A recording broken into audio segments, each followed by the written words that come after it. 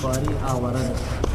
هشت خصلت آورد خواری بروی بات گویم گر ہمی گوئی بگوئی اولا باشد که مانند مگس مرد ناخوانده شد مهمان کس ہر کہ او مہمان کس ناخوانده شد نزد مردم خوار و زار و رانده شد دیگران باشد که نادان رواد کد خدای خانه مردم شود کار کردن بر حدیث آدمر کس سر جهلند دایم در نبرد ہر کہ بنشیند زبردست صدور گر رسد خواری برویش نیست دور نیست جمع راچو بر قول تو گوش صد سخن گر باشدش یکسر بپوش حاجت خود را مگو با دشمنان زیبتر خواری نباشد در جهان از پرو مایا مراد خود مجوی تا نیاید مرترا خواری بروی بازن و کودک مکن بازی حلا تا نگردی خوار و زارو مبتلا در بیان آنکہ خواری آور کہتے ان چیزوں کے بیان میں جو ذلت اور رسوائی لاتی ہیں یعنی ذلت اور رسوائی کے لیے سبب بنتی ہیں وہ چیزیں کون سی ہیں کہتے ہیں ہشت خصلت آورد خواری بروئی 8 عادات اور خصلتیں ایسی ہیں کہ وہ لاتی ہیں ذلت و رسوائی بروئی چہرے پر انسان کے چہرے پر ذلت و رسوائی لاتی ہیں 8 عادتیں ایسی ہیں باتو گویم گر ہمی گوئی بگوئی باتو گویم میں تو تم سے کہتا ہوں وہ 8 عادتیں تم کو بتاتا ہوں گر ہمی گوئی بگوئی اور اگر تو یہی کہتا ہے دوسرے سے تو بھی کہہ دو دوسرے سے بھی کہنا چاہتے ہو سمجھا دو میں تو تم سے کہتا ہوں اولا باشد کے مانند مگس سب سے پہلی چیز تو یہ ہے کہ مانند مگس کے مکھی کی طرح مرد ناخواندہ شود مہمان کس بن بلایا مرد جو ہے وہ مہمان ہو جائے کسی کا مکھی کی طرح مکھی کو کوئی بلاتا تو نہیں ہے نا وہ مکھی خود آ جاتی ہے جہاں وہ کھانا پکتا ہے نا تو مکھی تو تم بھی جہاں دھواں دیکھو نا وہ فلاں جگہ دیکھ پکڑا تم بھی بھاگو وہاں پر مکھی کی طرح تو بغیر بن بلائے مہمان ہو جاتا ہے کسی کا یہ رسوائی کا سبب مرد ناخواندہ شود مہمان کس وہ مرد جو ناخواندہ ہے بن بلایا ہے بلایا ہوا نہیں وہ شود مہمان کس وہ کسی کا مہمان ہو جائے یہ رسوائی اور ذلت لاتی ہر کہ او مہمان کس ناخواندہ شد ہر وہ بندہ جو وہ مہمان بن گیا کسی کا ناخواندہ بن بلایا ہر وہ بندہ جو بن بلایا کسی کا مہمان بن گیا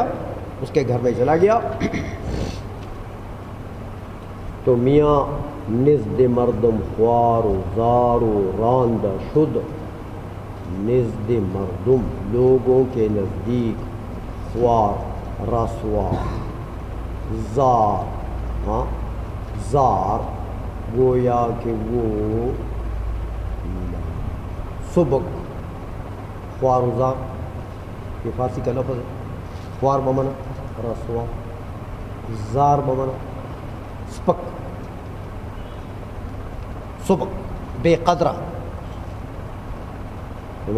بے قدرہ راندہ رٹھلے شوے یعنی دھتکارا راندہ مانی دھتکارا اور لوگ ان کو کہیں جا یار تو کدھر سے آئے ہوئے سمجھ آئی تو اس کو راندہ کہتے ہیں نا جیسے رجیم کے معنی میں ہے ہاں دیگراں باشد کے نادانے رود دوسرا وہ بندہ ہوتا ہے کہ نادانے کے بے وقوف ہو رود چلا جاتا ہے کدھر جاتا ہے قد خدائے خانہ مردم شودو، قد خدا اصل میں قد خدا کا دونوں کو ملا کر تو ایک معنی بھی آتا ہے۔ قد خدا کہتے ہیں یہ کشتی کا ملاح نہیں ہوتا، قد خدا اس کو بھی کہتے ہیں، قد خدا کہ قد خدا کی طرح ہاں خانہ مردم شود،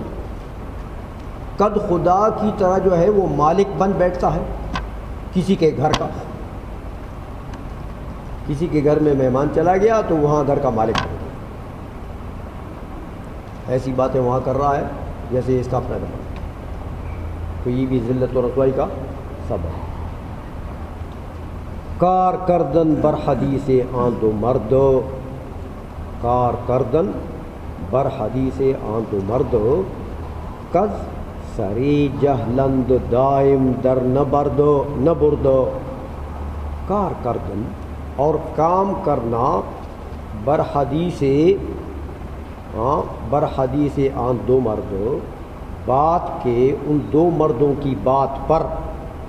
ان دو مردوں کی بات پر، کز سری جہلند کہ دونوں گویا کے سب کہ دونوں جو ہیں وہ مکمل جاہل ہیں، سری جہل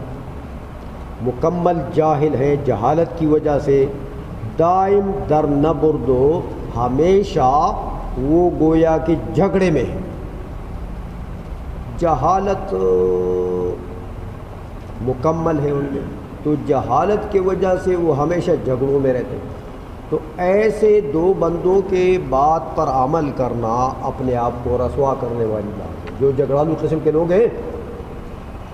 آئسوں میں، ہر کی بنشینت زبردستی صدور، ہر وہ بندہ جو بیٹھ جاتا ہے زبردستی سے صدارت کی جگہ، ہر وہ بندہ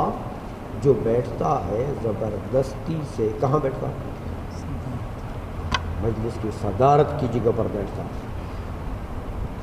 تو گر رسد خواری برویش نیست دور، اگر پہنچے اس کو رسوائی برویش اس کے منہ پر، اگر کوئی اس کو ذلت و رسوائی کی باتیں سنائے اس کے منہ پر، تو یار نکل بیٹھے گا، نکل جا، تو اس کے منہ پر اگر اس کو کوئی رسوائی پہنچے تو نیست دور، یہ دور کی بات نہیں ہے بلکہ ممکن ہے کہ اس کو کوئی دلیل کرے۔ نیست جمعی را جو بر قولی تو گوش، نہیں ہے کسی جماعت کو را جماعت کو جو بر قولی تو گوش، تیری بات پر کان، یعنی کوئی جماعت ایسی ہے کہ تو بات کہتا ہے اور وہ تمہاری بات کو کان رکھ کر نہیں سنتے، تمہاری بات کو نہیں سنتے، تو نیست جمعی را اگر نہیں ہے جماعت کو جو بر قول تو، جب کہ تمہارے قول کے اوپر گوش کان، یعنی جب وہ تمہارے بات کے اوپر کان نہیں رکھتے، تو صد سخن گر باشدش یکسر بپوش، تو اگر سینکڑوں باتیں ہوں، صد سخن گر باشدش، اگر سینکڑوں باتیں ہوں باشدش جو ان سے متعلق ہو، ان لوگوں کے فائدے کی ہو، پھر بھی کیا کرو؟ یکسر بپوش،